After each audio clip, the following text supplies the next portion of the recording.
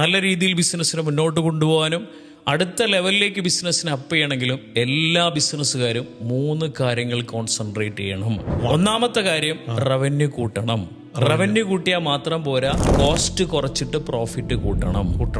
ഇനി പ്രോഫിറ്റ് മാത്രം ഉണ്ടെങ്കിൽ ബിസിനസ് മുന്നോട്ട് പോകുന്നില്ല.